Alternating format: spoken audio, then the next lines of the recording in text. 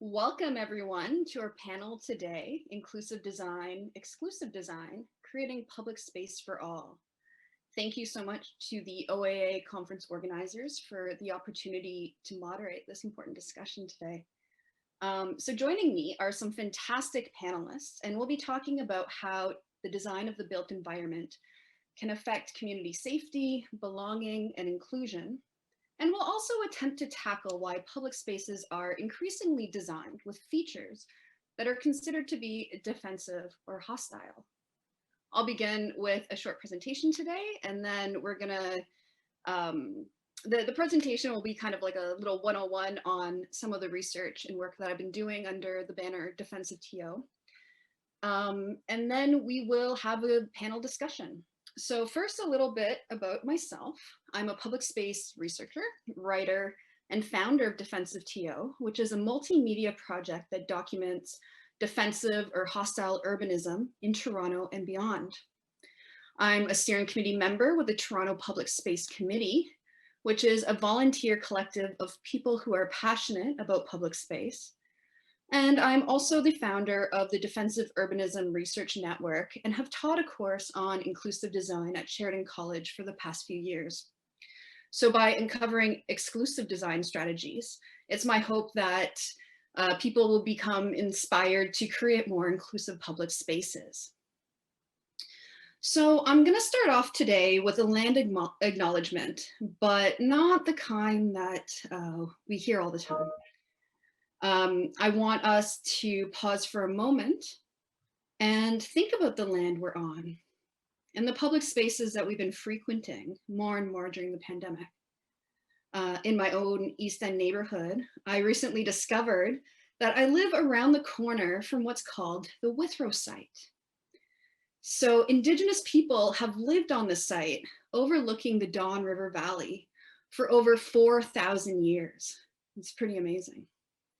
Artifacts from generations of settlements were unearthed at the site in 1886 while roadwork was being done in the area of Broadview and Withrow. And so considering the importance of the site, I was really surprised that I only discovered this information recently online when I was reading about a different park. And so I'd like to urge all of us to consider what histories still need to be unearthed and celebrated in our own neighborhoods.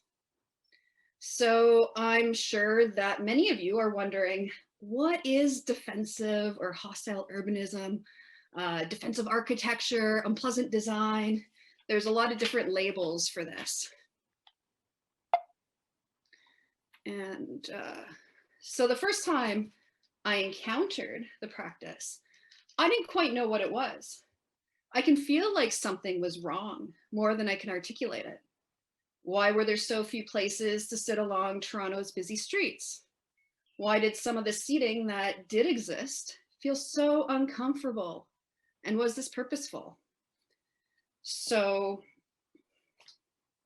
it's also, as I mentioned, this practice is also known as hostile, exclusive, or unpleasant design. And it's an intentional design strategy that uses the built environment to guide or restrict behavior in urban space. And it's often used to prevent people from using space in unintended ways, like sleeping in public and skateboarding. And control is exerted through what designers Gordon Savicek and Selena Savage, the editors of a book called Unpleasant Design. They've termed these elements as silent agents. And these are design elements that are meant to manage the behavior of people without any intervention from authorities. And they can take many forms depending on the behavior they're designed to restrict. So common examples include benches segmented with center bars, sometimes called armrests, meant to keep people experiencing homelessness from lying down. We see spikes like ones used against pigeons, installed on ledges to deter loitering. And we often see stark, empty public spaces devoid of amenities like seating, shade, and public washrooms. So this spatial practice affects people who use and rely on public space the most, including those who are experiencing homelessness and youth, because these design strategies are used to restrict so-called undesirable behaviors, like sleeping in public or gathering in groups. And while the most explicit examples demand attention, many forms of defensive urbanism remained unnoticed by everyday users. And so this was a real, an example that was from a couple years ago, where this installation was installed on top of a heating or a grate that people were resting upon. And so as a way to try to figure out how to resolve this conflict, they installed this installation. Because it was so explicit, so overt, it really, people were outraged, and the UHN University Hospital Network apologized for installing the installation and removed it shortly after. So there is, you can notice the explicit examples, but when we have examples like this, the less explicit, a lot of people don't really notice it because its coercive function, the center bar in the middle of the bench, is hidden within a more socially acceptable function, which is, you know, you can still sit on this bench, but it prevents, you know, it sends a signal that you can't lie down here. And so how do we end up with this in all of our public parks and spaces in Toronto and beyond? Defensive urbanism can be produced by a variety of actors, including governments and public institutions, the private sector, and individual property owners. And this can be done in a number of ways. So first, existing infrastructure can be modified or specially designed so that pre-existing uses are no longer possible. And so I have a few examples here on the screen, which is seating designed for only one individual, or sloped in a way that leaning is the only option. And the leaning bar is very popular in transit stations and shelters. We're also seeing, instead of the traditional bench, we're seeing concrete blocks and rocks in public spaces. And although they provide a place to sit, they're not designed for long periods of use. The lack of backrests also presents issues for people who are elderly and people who have a physical disability, because there's no extra support that people may need to sit down comfortably. So secondly, defensive design features can be added to a space to deter possible users. And so this includes metal protrusions installed on ledges to prevent loitering and skateboarding. And we also have barriers that restrict access to public or private space. And so this is a great example of why I use the term defensive rather than hostile in order to describe this design practice. Right here, we see an example of planter boxes that were installed outside of a Tim Hortons, outside of Ryerson University, where it was well known that there was a homeless individual who was taking refuge there. And so these planter boxes are not hostile in themselves, but they do defend space against unwanted use. And so maybe, you know, looking at this example, we can say that defensive design or defensive architecture creates hostile environments. And then finally, we have objects or public amenities removed from public spaces so that particular functions disappear. And this is what I call ghost amenities, trying to find a way to talk about this practice. So structures like washrooms, water fountains, and benches that are often included in public spaces to make them more hospitable for human use are absent due to disrepair, reduced operation, or intentional omission. And so here I have a picture of Allen Gardens. This plaza area used to have benches lined all around it. They were all removed and one was put back, I think, in the middle. And there's also a water fountain here, probably once beautiful, that is broken and in disrepair. And so why would we remove amenities and features? This is often done as a way to reduce maintenance costs, to avoid vandalism, and to deter loitering from so-called undesirable people. Although this spatial strategy is not discussed as much as the first two techniques, in many cases, it's much easier to remove a feature than to alter it or construct something new. So what are some implications for public space? Well, first, the lack of amenities like washrooms, accessible benches, and places of shelter and shade make public spaces inaccessible for people who are elderly, people with physical disabilities and health conditions, as well as people who are pregnant and families with young children. And furthermore, the addition of elements like anti-skate elements, anti-loitering elements, metal studs on ledges, center bars on benches, creates barriers in the built environment. And it can be a hazard for people who are blind or who have low vision, as well as children who might not know that something is there. So what's more, accessibility is actually used to justify the use of defensive urbanism. Although people with disabilities and accessibility advocates are very quick to point out that these kinds of inflexible designs, like this here, this example, create more barriers for people to navigate. This is an idea of an accessible bench, but maybe we can talk a little bit more about what it means to have a bench that can be accessible for more users during our panel. But just quickly looking at this, maybe it looks good, but people who use wheelchairs point out that this is very useless and that it actually limits people who have electrical scooters or wheelchairs. They can't even fit in between. So maybe it's a good idea on paper, but in real life, not so much. So given that defensive urbanism can be found in so many new and redeveloped public spaces in the GTA and around the world, what are we to do?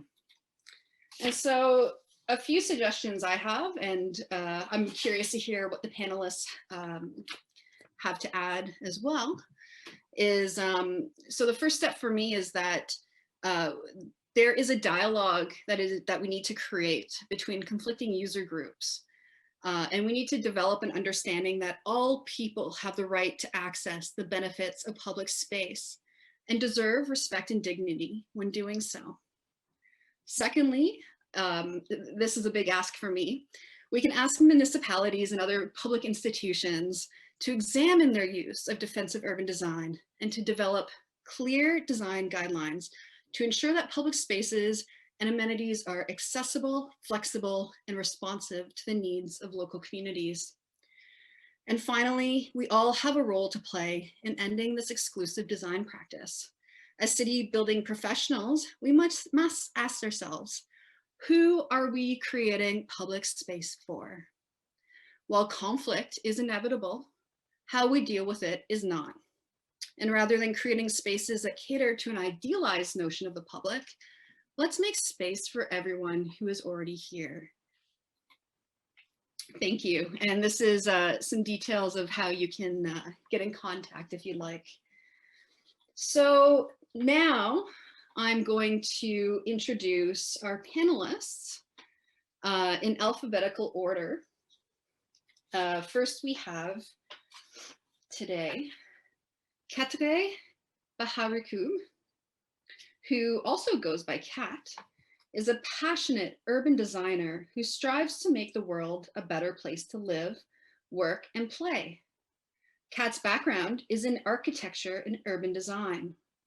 In the past 10 years of her career, she has been actively involved in numerous award-winning urban design and master planning projects at a variety of scales, both locally and internationally. Kat is an associate member of the Ontario Association of Landscape Architects and the Canadian Association of Landscape Architects. She currently serves as a member of the board of directors of SEPTED Canada, bringing a multi-layered design lens to complex issues related to health and safety of Canadian built environments. Kat also volunteers at multiple OALA committees, including the DEI Task Force, Diversity, Equity, and Inclusion, which was formed in 2020 to develop a framework for fostering diversity, equity, inclusion in our Canadian landscapes. Currently employed at Dialogue, Kat endeavors to improve community well-being in all aspects of her work. In her view, it is a critical time to be an urbanist and a very special moment to plan for a more resilient future. Welcome, Kat. Thank you for joining us today. Thanks, Kara. And sorry, go ahead. Oh, no, please. I was just going to say thanks for your great presentation and good afternoon to all our amazing audience. Thank you. So I am curious, what is your view on the importance of public space? And if you'd like to share, how does your lived experience inform the work you do? Sure, absolutely. So I think our ward is in the middle of several converging global issues, actually, from the pandemic to racism to climate change to all kinds of inequalities that, we're facing every day. And by now, I think all of us know that as designers, we have a huge responsibility when it comes to inclusive placemaking and creating environments that promote social cohesion, equity, and diversity. I'm an immigrant myself and a woman of color too, as you can tell. So I guess even at the personal level, I have so many lived experiences of public spaces that felt inviting and comfortable, not just to me. I'm also talking about my 70-year-old father. And when I think about it, in most of those places, I consistently and repeatedly saw all kinds of people from all walks of life. I don't know, maybe I heard a few different languages, or possibly I tasted a few different kind of foods or learned about the new culture. I think all those great public spaces that I've been to somehow showed me different shades of inclusivity or multiple dimensions of inclusivity, if you will. Now, whether it was related to physical or social access, or access to activities and programs, or even access to information. But I guess conversely, I've also been to other public spaces that just didn't feel right, and I didn't feel belong there.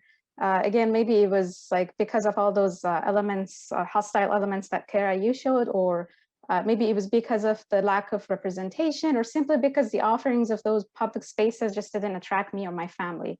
So I guess what I'm trying to say here is that being in a public space for me is both a physical but also an emotional experience. I feel like even if we end up designing all our public spaces to be fully accessible, hypothetically, or even empty of all those physical, hostile architectural elements, if it ends up being dominated by one certain group of the society, the ambient of that space actually becomes hostile socially and emotionally exclusive to others who may not be able to resonate with that dominant user group.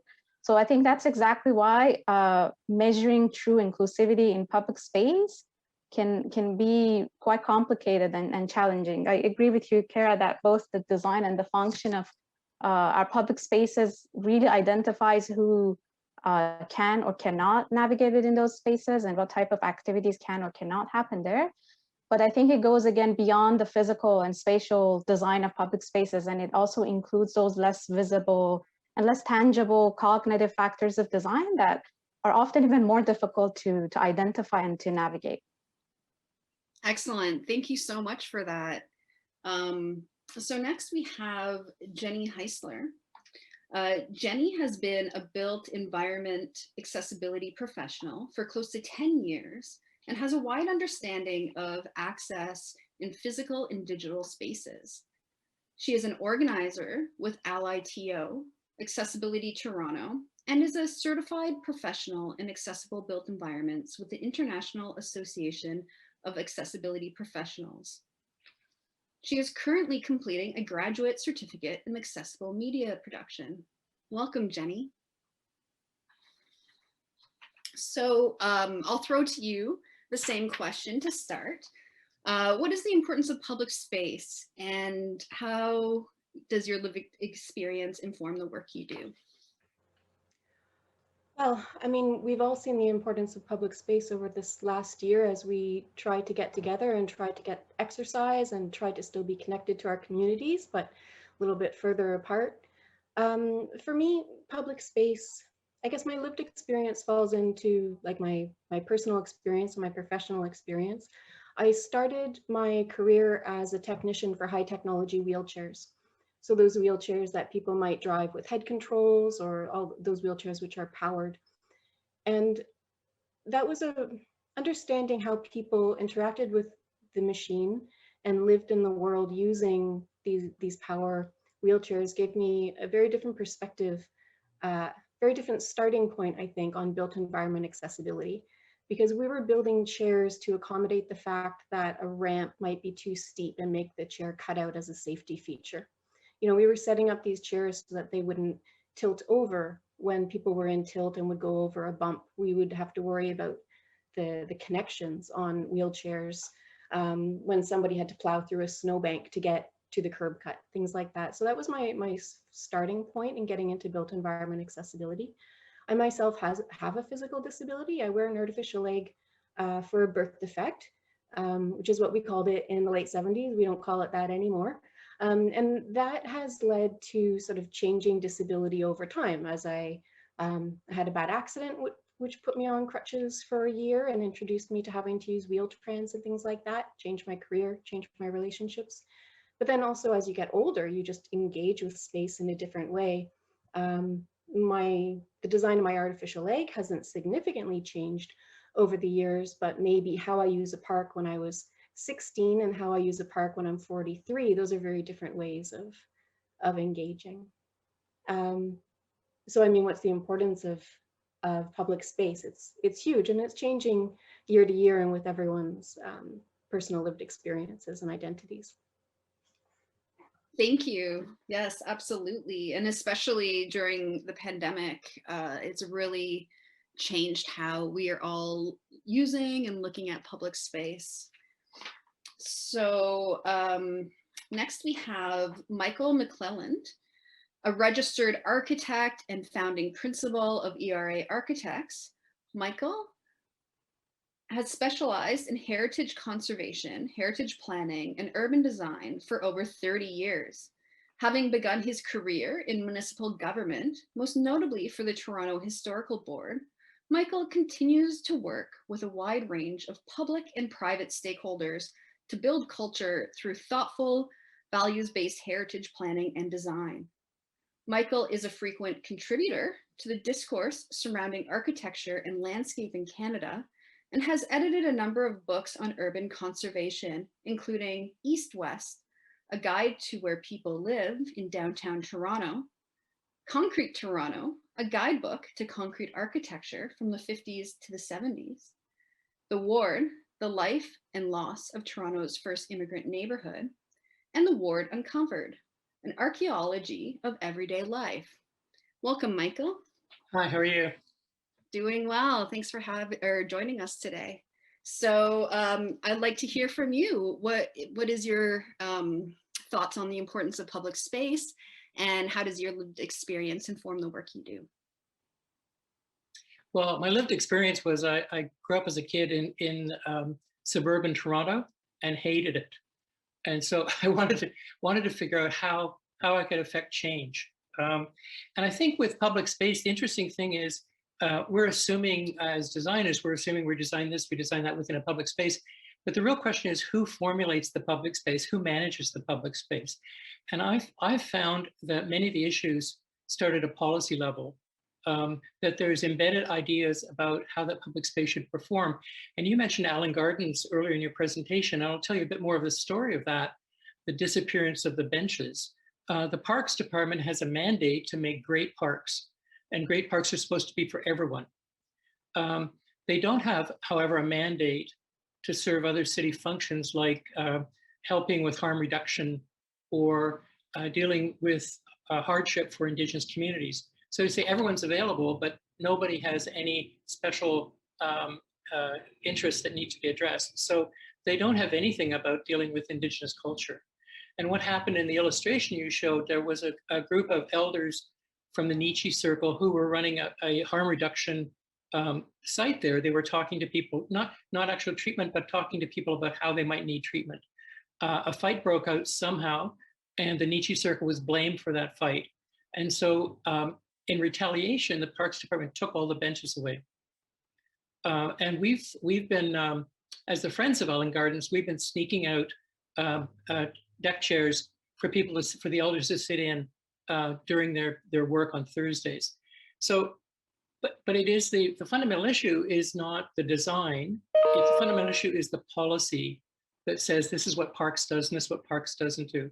And I think we need to explore those issues of where those mandates come from with all our public space, because that's where you start to develop, and you can develop very interesting concrete ideas. And I'll throw in another quick one. I've been working with a group in England who were doing a study on queering public space. And it was a very interesting international study that they were doing. I was on the Canadian panel, or I was the Canadian on the panel. And the point there was that you could positively affect public space by creating things that could characterize a specific community. And in doing that, you made that space safe for disabled people, for women, for a whole range of other people, just by focusing on queer culture. Thank you, Michael. Those are some really great examples, and a good point about how policy plays an important role in the design and management of public space. So we also have Jamila Mohammed joining us today. Jamila is an urban planner at Urban Strategies and is a multidisciplinary researcher with experience working on a range of issues, including urban health equity, housing affordability, and gendered rights to the city. Her professional work strives to leverage land use policies to benefit historically disadvantaged communities to create more equitable and just cities.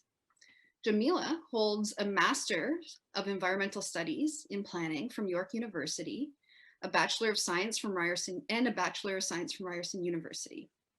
In 2020, Jamila was a recipient of the Canadian Institute of Planners Award for Academic Excellence. Currently, Jamila volunteers with the Ontario Professional Planners Institute and Anti-Black Racism in Planning Task Force, and is an active member of the Black Planners and Urbanists Association. Welcome, Jamila. Thank you. Yes, I'm curious about your thoughts as well on the importance of public space and how your lived experience informs the work you do. Great. I want to just also say thank you so much, and a huge salam and peace and blessings to everyone for having us here today. I think I don't want to duplicate what has already been said, because a lot of the points that were addressed kind of cross-cut into my own story. So my experiences are informed by my lived experiences are actually informed. You know, I came here as an immigrant refugee. I am a racialized woman, Black woman. I'm a Muslim woman. So I navigate space in a different way. And I think, as everyone has mentioned, those engagements with public space change through your childhood until your adulthood, and then later on in life will change again. And for me, my interest in public spaces is finding ways that we can create free, accessible spaces that have a variety of flexibility and options for people. So there's choice in the public space amenities that are available. I'm also very interested in thinking about the criminalization and the exclusion of particular populations from public spaces and public events and activities. And also growing up in Toronto housing, I'm also thinking about what's the importance of the maintenance and the repair of public spaces. How do we ensure that once these facilities are up and running, that they remain viable, that they remain, you know, options for people through a longer period of time than when they were initially built. Yeah, and I also think about space as a parent. I have 2 young kids. I think about the importance of play, which was already mentioned, the importance of creativity, and even my own childhood of how the arts played a big role in my engagement with the public space. But also knowing that I've had to travel very far from my own neighborhood growing up to access public space because of the lack of public space options, right? I didn't have a great park in my area. The park that was available, the trail is not accessible. Thinking about all of that and kind of as a planner, how do we leverage, again, like the policies that govern our practice and our profession to ensure that when we're thinking about public space, we're thinking about it for all, but also those who are most in need of free open space. Wonderful. Thank you so much for those thoughts. So we have a question here from the audience. So we have a question here from John D. Doris, who says that our municipality has started putting up portable washrooms in parks, but none of these can accommodate a walker with a dog or a person with a child in a stroller or other barrier-free requirements. Why do municipal officials think a Johnny on the spot fulfills public needs? Maybe I'll throw that question first to Jenny. If you have any insight in these public washrooms, what is needed, and whether or not these portable washrooms can actually suffice. Well, of course, I'm not on the inside track there. I'm not sure how those decisions happened in that municipality. I do know that under the AODA, the Accessibility for Ontarians with Disabilities Act, that municipalities are obligated to consider accessibility in procurement. And while, you know, portalets aren't specifically identified in the AODA as an area of concern, they're certainly not in the Design of Public Spaces standard. If you take the spirit of the standard, if you look at any sort of accessible design guideline, there's always this idea of like, if it exists, this particular item exists, a certain percentage or a certain number has to be accessible. So outdoor seating, 20%, right? Minimum 1. Handrails, both sides. You know, there's always that idea. So I'm very surprised to hear that there could be portalets. I'm happy to hear that a municipality is providing them. It's a whole other aspect of accessibility.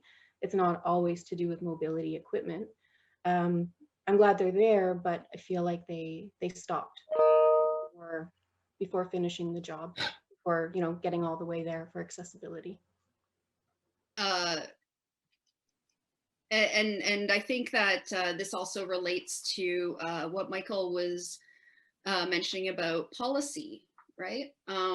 So Michael, maybe you can speak a bit about how do well-intended municipal policies produce sometimes unintended situations or consequences, like a well-intentioned policy to include washrooms might actually have these consequences. I think it's all how much attention is being paid, and a lot of civic policies are extremely well intended. So about 10 or 12 years ago, or a bit more, we started to study apartment neighborhoods, and we realized that apartment neighborhoods are a way the city protects rental housing, and so half the rental housing is in these apartment neighborhoods in the suburbs. And those neighborhoods were basically shrink wraps. You couldn't do anything else other than have rental housing. And that was strictly protected to make sure the rental housing didn't disappear. But what it did at the same time was prohibit food markets, small industries, small businesses to start up, daycares, pretty much anything else. And so if you take a small town like Port Hope, Ontario, it's got 15,000 people. It's got a main street, it's got parks, it's got a mayor and councillors, a whole bunch of things. You could take in Toronto, a neighborhood of apartment rental housing would have 15,000 people or twice that and have nothing other than rental housing. And so we approached the city and said, we think we need to introduce a new zoning category that would allow other things to happen. And that took quite a few years to actually happen.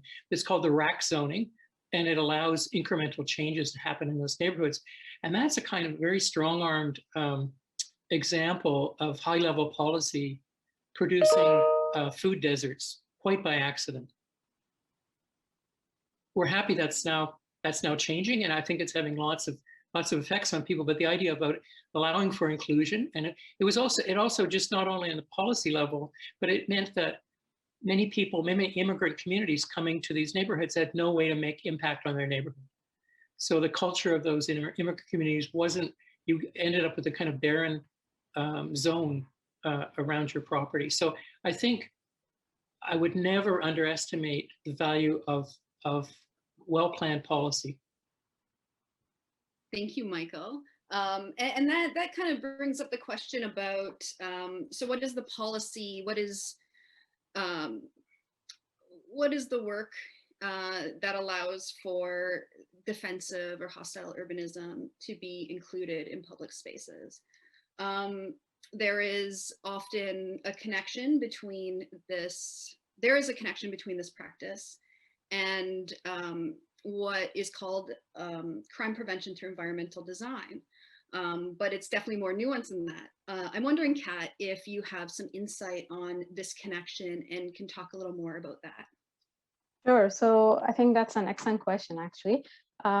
Those of you who don't know or you're not familiar with CEPTED, it's essentially a framework that provides a design-specific and structured approach to reducing crime in built environments or preventing crimes in built environments. But I think to really understand its relationship with defensive architecture, I think it's important for us to recognize where CEPTED came from and what was its original intention and why it's now facing a lot of challenges and criticisms in terms of exclusionary design, right?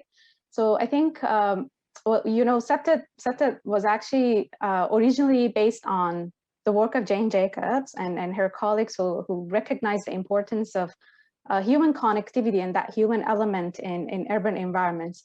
And ever since its inception, which I think it was 1960s, it's gone under several evolutions and phases, and basically what we now know as the second generation CEPTED really highlights that the importance of collaboration, collective design or participation in the design process. And it's all about creating a better community culture and inclusion.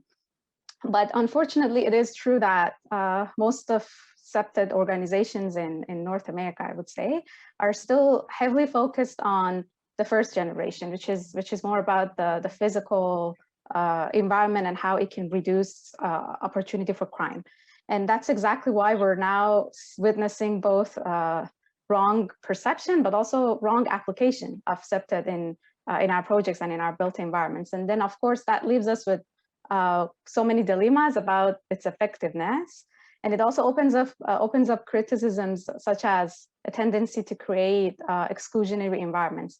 But I guess most of the time, if you look really closely into those failed scenarios or failed examples, the problem isn't actually with CEPTEDs and with its essence. I think it's instead a lot of the times related to the method by which it's delivered. So I mean, a good example is our dear friends in uniform who are tasked to perform quick CEPTED audits, check a few boxes, and then solve big social issues in societies, right? We always say in CEPTED, two things matter most. First is context, the second is process. In terms of context, I think both misapplication, but also over-application of CEPTED without really having that complete understanding of the whole community or the whole context is actually really damaging. And so as designers, if we fail to conduct a really robust analysis or even sometimes public life studies to fully understand what the root causes of the problems are before actually going and implementing those solutions, well, we're essentially wasting our time and resources, and we may expect poor outcomes that would not solve community issues, but in fact, it can lead to much bigger problems for municipalities. So the simple answer to your question, Kara, is that I would say CEPTED shouldn't be perceived as a tool for quick and easy fixes. I think it's a process that has to be, there has to be priorities that are set. There has to be risk assessment that happens first to measure both the perceived and the actual safety. And then the solution of dealing with it comes next as a response to it. And if it's done carefully and incrementally, one step at a time, together with the local community, I think that's the only way it would be effective, in my opinion. Thank you for that insight and for explaining some of the nuances that often are not quite looked at as we were talking about SEPTED. Jamila, I'm wondering, with your insight on urban equity, if you have any additional thoughts on the use of SEPTED and how communities interact with it. Yeah, I think that the point that Kat made was really important, that positioning SEPTED or any design solution as the be-all end-all for solving crime or creating safety is not the way to go, and that there has to be more of a holistic approach. And I think that part of the limitations of SEPTED, I think for me there's a few, and I think that they claim to, SEPTED claims, or the folks that support it claim to reduce crime through deterrence by designing. And when you're focusing so much on the built form environment, you're forgetting to understand what Kat mentioned is the socioeconomic or the underlying root issues that create these disparities that often criminalize certain people. So if we're thinking about what does SEPTED lead to, what is the outcome, right? So you end up having communities that are highly surveilled. You have, folks that are advocating for eyes on the street through CCTV cameras, closed caption, like, how do you create a sense of community when you're having your eyes on certain people? And I think part of that is also defining what is safety and safety for who. Similar to defensive architecture, SEPTED is very much focused on it is very much focused on the separation between the public and the private, the homeowners and the non-homeowners, keeping certain elements out, certain people out, and certain uses out. And we see that if we think about the history of this land, we're thinking about, the broader context of settler colonialism in Canada. We live in a city that is built out of a fort. Fort York is a very obvious defensive structure right there. And so that exclusion of Indigenous people, of racialized people, of low-income people, or people who are unhoused, is tied to that broader history of how we see space and who do we imagine to be taking up these spaces and for what uses, right? And I think that when we are implementing our community safety plans in the projects that we do, that we as planners and architects, I'm not an architect or a designer, but I'm a planner, I can think about, well, what is the intended approach, intended outcome, but what is it actually doing, right? So, and we know that, particularly for me in my research, I focused a lot on Black communities. And we know that when you're involving policing of communities, you are going to inevitably result in a disproportionate criminalization of Black populations, of Indigenous people and unhoused people. They will feel the brunt of it. And they're the folks that would probably benefit the most from open spaces and access to, because our communities are the least invested in terms of amenities. And we can also offer like creative community building strategies, right? If we're building, if we're thinking about SEPTED as looking at the individual criminal's behavior and who's defined as a criminal, you are not thinking about solutions for rooted in community safety, right? So I think, yeah, I agree with a lot what Kat was saying. There's also the balance you have to have, I think, because what does safety mean? Also, we think about women and kids and other people, and even unhoused people, safety for them, right? But this has to be a broader conversation of redefining those terms outside of the current, like, colonial and neoliberal construct that we're in right now. Thank you. And redefining those terms, redefining some of those ideas really connects to this next question from the audience that I have.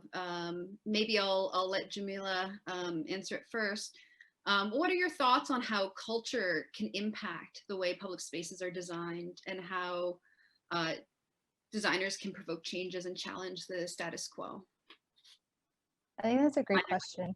And I think that we could do, we could benefit from a lot more exploration of different cultures outside of the current Eurocentric perspectives that kind of dominate planning and design. For me, I come from the African continent, Somalia. My particular family's experience, or the conversations I have with my parents and their engagement with public space, and it wasn't, not to romanticize anything, there are definitely inequities there as well. but thinking about it, the common good as a common space, a free accessible space, not so much tying to the money, right? So tying into these spaces as places you have to access through paying a fee or owning it, thinking about the communal benefit of this and thinking from a community perspective and negotiating on these spaces through community. And then that goes upwards into policies, but that grassroots community level that influences how we plan cities. I think that's for one of the perspectives. I know that other cultures also have similar things, but I think about intergenerational spaces, creating space that's not just for able-bodied people, and creating spaces that meet the needs of people. So if we're thinking about, you know, some of the great work that's been happening in public parks, creating instead of excluding people who are drug users, creating spaces where they can safely use, right? Where you have those disposable needles, trash cans. How do you accommodate and meet the needs of the people, and not thinking about creating public space that is like for a tourist economy, or thinking about it for some sort of like capital accumulation? We're thinking about how do we address problems through our design that meet the needs of everyday people, and particularly those that are the most in need. Excellent. Michael, I'm wondering if you have any thoughts on how culture can impact the way public spaces are designed. Well, I think very much so, and it depends whose culture. So I think right now we have a culture that is very much managed by the police. Our public spaces are highly controlled by police. And I think that that's a really serious issue, and CEPTED is a perfect example of that. You can go through many park design issues, but when you get right down to it, it has to fill out the CEPTED checkbox. And I think that needs to be seriously looked at, and including the surveillance of people in public space is another kind of issue. There's all kinds of digital issues related to surveillance. And I think we also need to extend the discussion to people in prison, because that's a severe position. And if you look at the Canadian context, that's a heavily indigenized population. And I think architects should just have a stand on that. Architects should not design prisons. And just we should get rid of that approach to the legal system. And I think there's many things like that. So what we need to do is actively come forward with opportunities and options. And I mentioned this queering space discussion that was happening in England. And I think we need to come forward with options that improve and talk about the issues of diversity and what diversity needs, diversity at a very broad scale, and set up our own set of standards for what's required. Excellent. Thank you so much for your insight on that. I just have a question from the audience about CEPTED. So that's an acronym for Crime Prevention Through Environmental Design, CPTED, for those of you who want to learn more about that. But I have a great question here from the audience that I'll direct to Kat, if you can answer. What recommendations are being implemented to ensure that personal safety of people who are vulnerable, people of different genders, including transgendered people, and queer people? What can we do to balance perceptions of safety and real safety, but also making public spaces inclusive for all? Yeah, sure. So, I mean, before I answer that question, I just wanted to make one more comment about CEPTED, or maybe one more observation. I think we're living in a world that's constantly changing, and CEPTED, in my opinion, should be just seen as one of the several resources available to designers that is, again, evolving, and it's not without its own weaknesses, right? So I think we need to be collectively all open to the idea that CEPTED strategies can be modified or packed into as needed. One good example that I always use in my work is actually the framework that Gale Institute has developed. They've essentially gone and they've created their own version of CEPTED document using a human-centered design lens. And their objective is to both enhance public life, but also tackle issues of safety in the environment. And I really admire these sort of like innovative approaches, because instead of completely eliminating SEPTED and disapproving it, it's providing a step-by-step sort of outline for more inclusive usage and process of SEPTED in a context.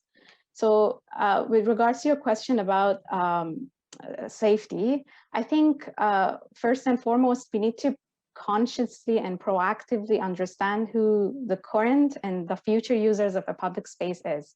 And then when we understand who the user groups are, we can get creative and bring them into the planning process and really understand their aspirations, but also their pains and their suffers. And then in doing so, we need to listen to all kinds of people. That part, I think, is really important, because sometimes we end up in rooms where there's a few loud voices, and it becomes especially important to go in and spend the time to find those voices that are not as loud and perhaps a bit harder to reach, and really acknowledge that sometimes it takes years to just listen and understand. I mean, to give you an example, at Dialogue, we're now developing a vision for York University's endowment lands, and it's been over a year of carefully and intentionally listening to all kinds of people, from the university's president all the way to the maintenance folks on the ground, and really hearing all their day-to-day challenges in the area, you know, like challenges like their safety concerns, or I mean, be it perceived or actual, or their lack of amenities, connectivity, access to healthy food, and whatnot. So I think apart from opening our eyes and noticing who's in the area, it's also super important to notice who's absent and who's not in a public space, and really understand why.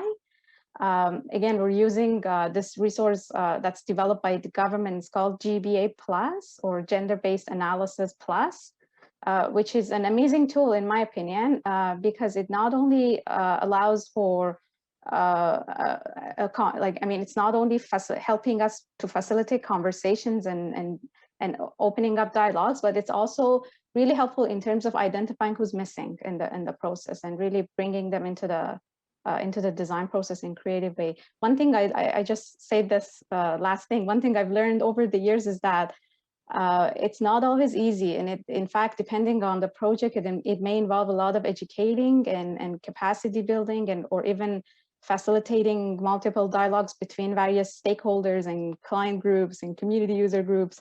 But I guess we have to just be careful in understanding how different people and different voices are involved in the design process, and really acknowledge that sometimes it can be sensitive, time consuming, and honestly exhausting, because it really involves a lot of balancing of all kinds of conflicts, tensions, competing interests, or even unforeseen challenges and dynamics within an environment. Thanks, Kat. So that really brings up a question that I have. People with disabilities are often not included in a lot of design processes, at least not at the beginning. So Jenny, I'm wondering, the concept of accessibility often comes up in discussions of defensive urban design, especially when we're looking at all these benches here in Toronto and other places that have a center bar, what people call a center armrest. I'm wondering if you can speak a little bit, if you can provide some insight on the purpose of a center armrest, and what we should be considering for making this something that helps with accessibility rather than something that is meant to exclude. Sure. So, I mean, generally around bench accessibility, you'll see that any sort of standard or any sort of conversation will include that a bench should have a back, that it should be aligned with a path but not blocking it, that it should have space next to it, that it is on the barrier-free path, it's out at a certain height, and it'll have armrests. And those armrests sometimes will be, sometimes it'll say that they need to be on one side or the other or both, and then they'll mention this center armrest as well. A center armrest, if there's an open end to the bench, will mean that somebody can come along, say with a scooter or and do, say, a side transfer, or they would be able to have their walker or rollator or whatever next to them and be able to reach it and engage with it without being blocked by this armrest. The center armrest is something that you can still then lean on, right? You can still position yourself, and when it comes time to stand up, you can push up. You can push up with that. But just like with handrails and grab bars, there's a way that we use our hands to position ourselves using the center armrest. So in the opening presentation, we saw lots of different benches, and some of them had armrests that I would consider useful. You know, they're at a reasonable height. You can get your hand around them. They're you know, from the front to the back of the bench. You could pull yourself, you could move your body weight with them. But then there was that one that was very low profile, and it was just a bump, just like a speed bump on the bench. And I wouldn't consider that an armrest or for accessibility in any way. You can't get your hand around it, you can't lean on it, you can't position yourself with it. That is entirely just a preventative thing. And I think what happens is that people, well-intentioned, you know, they're trying to be well-intentioned about accessibility, but it does become a club that's used against people who are homeless or who are marginally housed. What's really important in that as well is that we'll find more people. There are more people who are homeless or who are underhoused with traumatic brain injuries and psychosocial disabilities than there are in the population of people who are housed. So when we use accessibility that's designed for people who use wheelchairs or walkers or whatever, people who are older who need to lean on the armrest, people with balance issues or whatever, when we're only talking about accessibility that way and then weaponizing it against people who with psychosocial disabilities, with head injuries, things like that, it's especially gross, I find. And often when we talk about, you know, the criminal and who's being excluded, those are the people that are being excluded. It's largely, you know, more than 50% perhaps of people who are homeless or underhoused have a history of a traumatic brain injury. So it's very specifically excluding people with disabilities at quite a high rate. That's a comment on center bars, but it does, like, it's a little lever. You can have a lot of impact. And if the bench is long enough, you can have enough space to lie down on the other side if that's what you're trying to prevent. Or you can position them so that it's more comfortable for people to talk or chat or hang out. But some of those bars really have become sort of weaponized against other groups.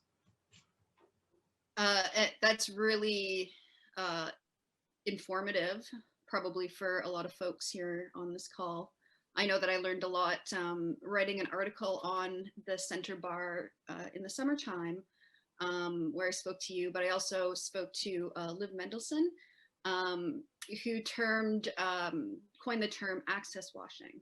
This was a form of access washing. So I think that's very interesting and something that we need to really think about, because I agree that, you know, kind of using one vulnerable group to justify the exclusion of another vulnerable group is, it just doesn't make any sense.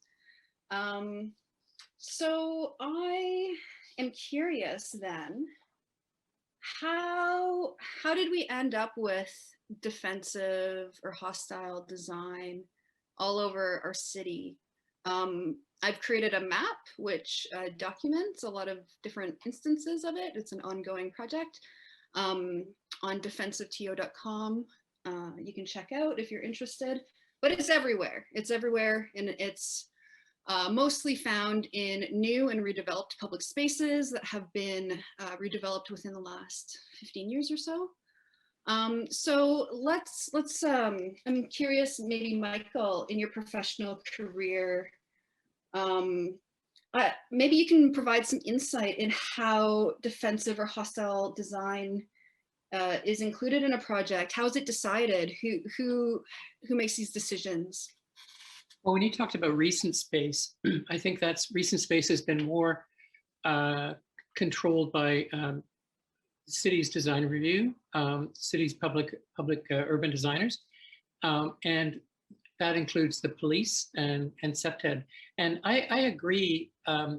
It's not something we throw it away and we say we don't need this, because it is driven by a lot of good ideas. Again, it's not clear policy having bad consequences, because the general idea of CEPTED, as Kat, you'd said, it's based on some ideas from Jane Jacobs about clearly understanding your location and understanding issues of safety and those sorts of things. But I think it's so misapplied in so many ways, and it tends to be something that's happening more and more. And so where you have redevelopments, you're seeing that coming full force in redevelopment projects and POPs and other public spaces like that. Otherwise, it's being introduced, like the idea of the center rail in a bench. The common thing about that is that's just prevent people from sleeping there. So that it's not thought of as a kind of way to aid any kind of accessibility. It's simply that's to stop people from sleeping there, which leads to a very larger question about why are people sleeping there? And in New York, it's interesting, in public spaces, there are lots of benches, because benches are also used as ways to control the green space, so people don't walk on the grass. The grass is, if you go to a New York park, you'll see there's all kinds of benches. And by the sheer number of benches, if somebody's sleeping on one of them, it's not a big deal. But if there's only 5 benches in the park, it's a big deal. And so there are all kinds of other, you have to look to what the intended, why somebody thought it was a good idea, and then address it from that perspective. And I think that that's but it does come down to, we as designers pick the bad design. So I think this is a great audience to talk to sort of say, stop picking the bad design and fight back a little bit. But they will find they will hit into policies that sort of say, you got to do that. We don't want people sleeping on the benches. So you have to go again to a kind of policy about, why is it so bad to sleep on a bench if somebody has nowhere else to go? Yeah, that's a really great point. Why is the presence of someone sleeping in a bench a problem? Also in Europe, all over in public spaces, there's so many benches. And yeah, we have to kind of question, why do we just include like 1 or 2 benches in a new public space and not like 30? I'm wondering, Kat, if you have a little bit of insight in your professional practice on how is it decided whether defensive or hostile elements are included in a project? Yeah, for sure. So I've actually asked that question from a number of my colleagues who are on the ground. They're landscape architects who are responsible for implementing and doing things. And the interesting response that I get all the time from my colleagues is that often that's not a decision for designers. No designer really likes to put spikes on surfaces or put central bars in the middle of benches. And it's often a request that comes from clients or various stakeholders, and then it becomes a question where like where do we stand in that conversational exchange, and how much we can push limits and educate. And often these small decisions just fall off the list and things get implemented, and then we see the results. So in my personal opinion, I think bad design is something that we can feel in our guts. We totally see it, and whether each one of us feel welcome or invited in a public space really depends on the little details and the function, but also the programming and the management, right? So sometimes these choices that we make are so subtle, but sometimes they're not. They're actually well thought beforehand by policymakers and clients and stakeholders in the background. So I think this is where sometimes good design stands out and clever design stands out. And that is, to me, where we gather together with the community and brainstorm and bring innovative strategies to increase comfort and safety, but also address all the needs of all the members of the community, like the whole community, right? And conversely, bad design is is simply shifting the defense lines into the next block in the city, and in doing so, making the public space also uninviting and hostile to the other groups. So I guess sometimes we just need to acknowledge that our perception of safe or unsafe neighborhoods don't really align with the actual reality or the actual risks associated with it. I always take cycling as an example, like how risky cycling seems to be compared to other sports or other modes of travel. But until a few years ago, bicycle lanes were perceived dangerous. But were they, right? So I guess the same theory goes for graffiti and all kinds of other things that we deal with on daily issues, like even sleeping on benches. So I guess because of our basic perceptual tendencies, we allow these sort of perceptions to dominate our understanding of neighborhood safety. And in many cases, the actual crime related to those incidents are overlooked. And if you really do your research, there are not that many injuries related to those. So I think there's a fine line between the two measures of safety, and that's why it's so important for designers to understand those nuances in their assessments upfront and proactively. Excellent. Thank you. Thank you for that insight. And you mentioned it, and it's something that I've come across through my research, is that often designers, architects, planners seem to be stuck between, being obliged to fulfill their obligations to the client, and creating work that has integrity and that they can be proud of. So the client, I think that it's important to point out, in a lot of circumstances, is actually public institutions and municipal governments. So I'm very much interested in hearing from the panel. Maybe Jamila, I'll direct this question to you. What do you think is required to ensure our planning and design practices are not used as tools of exclusion? That's a huge question, and I think if we had the answer, we would have not had this panel. But I think that there is some good work that can be referenced. I think that it's a multi-pronged approach. So you mentioned the policy piece and the bylaws or anything like that. We have to think about changing those things that require us to do things that is against, like, our idea of good planning for the greater good, right? So I think that's one thing. I think there's also a role for professional associations, such as the group that's here, to take a position. Michael mentioned the comment about taking a stand against prisons, right? So the American Institute of Architects have taken a statement. They put out new rules for their code of ethics and professional code of conduct. And I'm just reading it from my screen here. And it prohibits their members from knowingly designing spaces intended for execution, torture, including indefinite or prolonged solitary confinement of prisoners. So that's a particular position that they have taken. There could be similar type of advocacy around defensive architecture, I'm assuming. I think that there's also great work being done by grassroots groups. One of the groups that I follow closely is the Jane and Finch community, who have taken a strong position and advocated against increased surveillance of their neighborhoods through those CCTV cameras. They're doing awareness and education, and even extending that education, we can think about our architecture schools and planning schools and the theories and the people that we're learning from. How do you expand our thinking in school before we are actually out there with responsible for these designs and these plans? How do you change the way we think? What are the sources we're referencing that are beyond just our normal North American, European perspectives?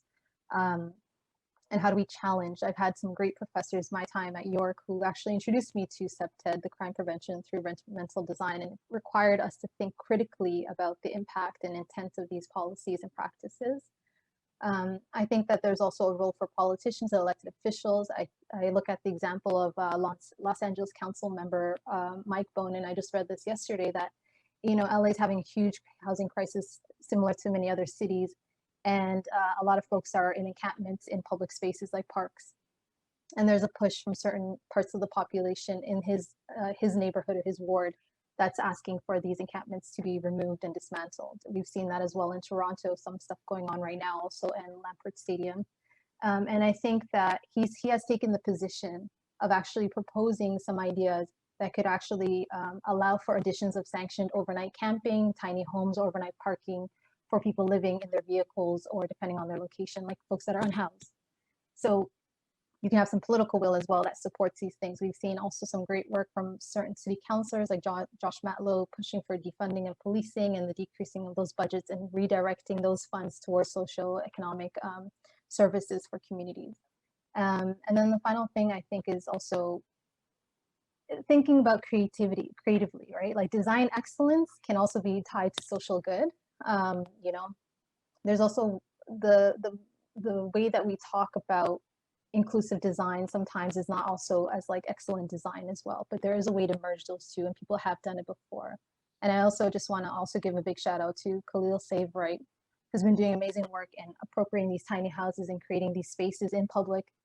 That is an architectural feat. That is a carpenter who's a local hero for all of us, somebody that we look at, we say, how do we take architectural design and create something that's meaningful for people? It might be a short-term solution, but also how do we begin to start thinking about these grassroots community design elements as actually things that we can reference in our teachings and in our practices as well. Excellent. Thanks so much for that. So you did mention inclusive design, and I'm curious to unpack that a little more. Jenny, I'm wondering if you can share your insight on what sort of accessibility features are important to have in public spaces to make them more inclusive for people with disabilities, but for everyone. I mean, when you start talking about accessibility or barrier-free design, people usually start talking from sort of a wheelchair or wheeled mobility device perspective, you know, level, firm, stable, wide, continuous, you know, things like that, for the barrier-free path.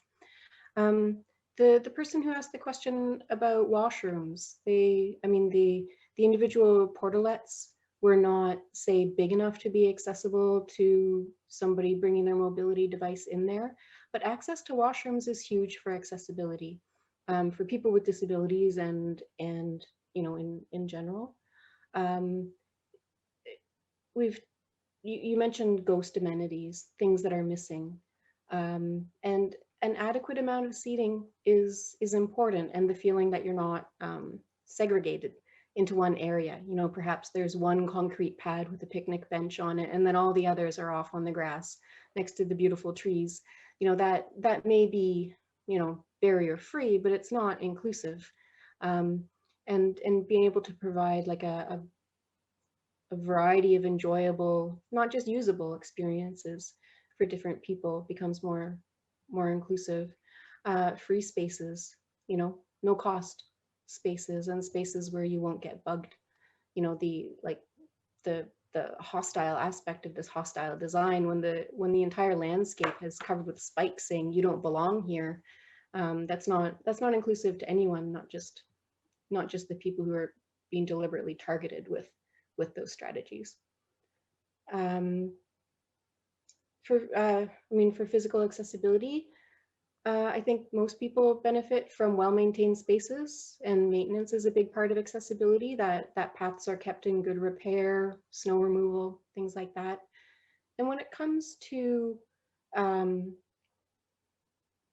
like crime prevention, there are some accessibility strategies that tie directly to that are beneficial, like not creating deep shadows, you know, having even lighting, not spotty lighting, not having bushes or foliage that come right up to a path, you know, extending lines of sight and not having anything protruding onto paths. Those are things that we talk about in accessibility, which are also to do with safety and create more inclusive spaces.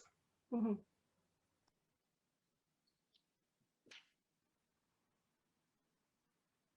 I could add. You're on mute. Sorry about that. Tech issues. Thank you so much, Jenny, for that. I think that it's important that we look at, disability, as you mentioned, not just physical disabilities, but there's a wide range of so-called invisible disabilities as well that we don't really think about too often. So I think that's really important for us to have on our minds. So I have a audience question. Maybe Michael, maybe you can answer it. So the question is, we see much resistance from residential neighborhoods when an emergency shelter or lodging homes are proposed within or near that neighborhood. Do you have any insight in how to speak about some of these challenges around what's coined as Nimbyism, not in my backyard? Yeah, I think in the near future, we're going to see a lot more Nimbyism. It's going to be a significant problem. And I think just thinking about that earlier discussion about washrooms, I think this needs to be approached either at a small scale or at a large scale. And a small scale could be a design exercise like designing those beautiful public washrooms that are in Paris right now, the Segura Bandit, and the idea that you could entrance people by how beautiful something was, and it wasn't a temporary washroom, it was a permanent outdoor facility. But then the other, so that's designed by one little key piece, which actually can change people's attitude about something. The other thing we need to do is have a consolidated sense of the public good, in a sense that this is not for some special elitist groups. It's not for it's not just for somebody in particular. It's actually for the good of everyone. And looking after a diverse culture requires really large thoughts about how to address that. And we're going to have to address Nimbyism in the same way, because we're going to have to break down Toronto's obsession with the single family house as a way to address housing generally. And that's not going to be an easy thing. And the councillors are going to be very divided, and they will mostly go for the single family house and the voters who live in those houses. So there has to be, the design community in particular has to step up and talk about the public good, the long-term issues of sustainability, issues of maintaining an equitable culture. All those things have to be at play, and they have to be at play at large. And they have to be, when you're talking about one specific thing, you have to reference back to that larger public good, because otherwise we're in a position of always getting voted out and always falling for a NIMBYist approach to things. And it's going to be a very interesting discussion long-term, because it's specifically going to affect housing, but it's also going to affect gentrification and the economy of who can live in Toronto. There's a whole bunch of other issues, but we have to focus that very large at a policy level. And it's very difficult for architects to get their head around that, because architects are, this is my project, I'm going to do my project. My project is going to be, I'm going to push all these advanced ideas, but you're not going to get anywhere unless you have this larger script in mind. Thank you, Michael. I think that is important for us to consider as we're looking at, trying to create spaces that, foster respect and dignity and promote the public good. That's excellent. I'm also curious about, maybe this can be for Jamila, how do communities respond to exclusionary or defensive, hostile built environments in your work and your research? Yeah, that's a great question. I think I touched on some specific examples, but I think that there's education. I think community groups do a lot of education awareness around what's coming into their neighborhoods, what's going around in the city, and what they want to see. I think that there's also the capacity building. So some of that work we do, there's some of the projects we have when you have like community members who are participating in the design process, not just as only doing public engagement, but having more of a significant role as folks that could build capacity and learning specific skills or trades. we also think about the alternative solutions that communities come up with, right? And how do you embed that into the actual process? So there's a lot of amazing ideas, a lot of creativity. I think that communities have their hands on the pulse, like they understand what's going on in their community, they understand what's happening, who's in need and what services are missing, and what amenities and built form structures need to be created. And I think it's up to us to kind of listen to that and see what is feasible and how does this address both the local needs, but also the broader city agenda? Because I think that that's something very hard to balance, making sure that the design is like focused on the hyperlocal, but also making sure that the broader community can somehow engage with this and it's still an equitable space. So I think that's that. There's multiple ways. There's a lot of examples. I think that we have a long way to go, but I think that there's movement. And this conversation is really an example of it. Excellent. Yeah, and I'm very much interested in continuing us talking about what would a more inclusive public space look like. Community, active community engagement is important. Maybe Kat, maybe you can speak of other elements that or other things that we need to consider to create more inclusive public spaces. Yeah, for sure. So I first of all, I really agree with Jamila that we need to begin as a first step with raising awareness. We should highlight the importance of inclusive design and really find every opportunity in our work to break existing patterns of exclusion in whatever capacity that we have. I would encourage everybody to take as many available resources as possible. Like I brought the example of GBA Plus, there's many more, to really raise awareness and to help communities understand like the inclusivity in action, right? And in design. Also, I think at the end of the day, in every design process, I would say every choice counts and it becomes relevant in creating an inclusive public space. But that doesn't mean that we can expect everything and every choice to be perfect right away. I think the best way for us as designers to sort of avoid these shortfalls in design or the pitfalls in design is to basically invest first in a robust community process that also includes those cheaper, lighter, quicker experiments, right? Like pilot projects or those low-hanging fruits that allow us to test an idea and really see the benefits, but also the disadvantages and the impacts on the larger community. But also create this like ongoing public space management that ensures that both the design and the programming is continuously evolving in response to community needs and dynamics in our built environment. The pandemic is a great example. So I think that's my 2 cents here. I think it's really important to be really well aware of all the decisions that are being made for us by policymakers and everybody else behind the scene, because the more we know and the more we're aware of what's happening around us, the more we can engage in conversations like this one today, right? To really help create safer and more inclusive environments that cater to all of us. I'm personally also very optimistic about our future in Canada, and I think we should just keep this momentum going. Excellent, thank you.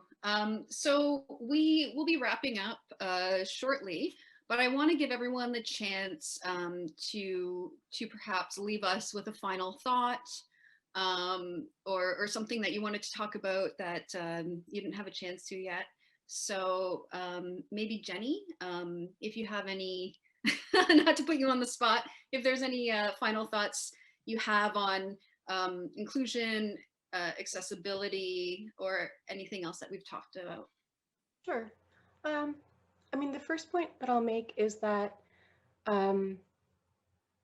disability is not a monolith, as we've mentioned, and that it will inform somebody's identity. It's one part of somebody's identity. It'll inform their lived experience, but it's not their only identity. And so when we talk about people with disabilities, we're also considering all sorts of different lived experiences and ways of interacting with the world. And the second thing I'll ask people to remember is that accessibility isn't its own freestanding thing. You don't install in an accessibility. It's a quality of our work that we do. It's an aspect of our work. And so if you choose not to focus on accessibility, it's still happening without you. It's just happening badly. And so it is something that we have to pay attention to and consider thoughtfully, because the aspect of accessibility is still being created as we do our work, whether we pay attention to it or not. That's a great point. Michael, do you have any final thoughts that you'd like to share?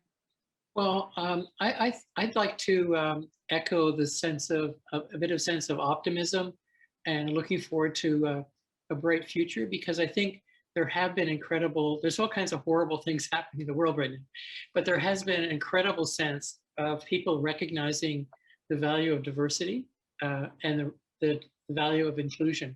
And I think that's extremely important for city makers. It's extremely important particularly for architects to be aware of, not only outside their office, but inside their office. There needs to be a whole sense of just thinking things through more clearly. And I think I see those things heading in a very good direction. It doesn't mean it's going to happen naturally. It means there has to be a lot of advocacy. There needs to be a lot of support. And I think the OAA is great actually for having this kind of session at an OAA conference. It's in the past that would have been a very rare experience. So I think we're seeing tremendous progression of and development of sense of values. And it's very interesting also to think that the OAA is set up as a self-regulating agency on the basis that they will look after the public good. So I think this is going in the right direction for sure. Excellent, thank you. Kat, would you like to share a final thought? Yeah, so you know, one of my colleagues at Dialogue says all the time, having a gut understanding of well-being is actually one of the biggest and most difficult responsibilities of every designer or every urbanist.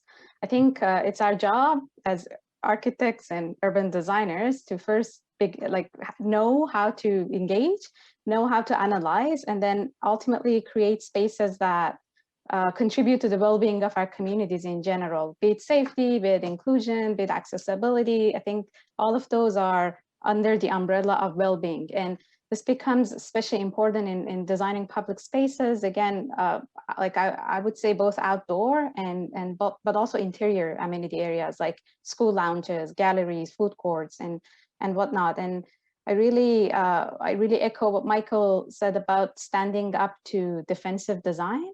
And I think above and beyond simply saying no and avoiding exclusion, I think we should also proactively design for inclusion and acknowledge that designing inclusive public spaces lay a foundation for all kinds of civic life that sort of build that sense of belonging and that sense of attachment to our public spaces and cities. Thank you so much. And Jamila, would you like to end off the session for us? Sure. I think I'll just leave with 2 points. I think that this has been touched a lot, but there's an immense responsibility that we have as designers and planners. And I think sometimes we can forget that because we're like, oh, it's just a project or you're just doing this tiny thing. But I think that design and planning plays a huge role in people's lives, and that the work that we're doing is really human work. We're thinking about not just the built form infrastructure, but we're also thinking about people as part of the infrastructure that keeps the city going, which we have really noticed during the pandemic, that if we're forgetting about all of our, collective human brothers and sisters, then we are not going to be able to create those equitable, complete cities that we dream for. And I think it's good to keep the optimism. And I think about what is that, how can our care and making sure that it's like, as much as we want to maintain buildings and structures, we also think about care and maintenance and having a continued longevity of that care for each other and how that informs our spaces, I think is very critical. Thank you so much. And I want to thank each and every one of you for sharing your insights and for being so open to discuss this challenging topic. I really do hope that we can take this conversation forward and potentially create some policy change where it really looks like that's the point that we need to address. I know that I think the city recently went over its urban design guidelines, and maybe that is something that we need to really kind of work to, including some sort of examination of how defensive architecture is used. So thanks again to everyone, and I look forward to continuing this conversation with you all. Okay, bye-bye. Thank you. Thanks. Bye. Bye, everyone. Thank you.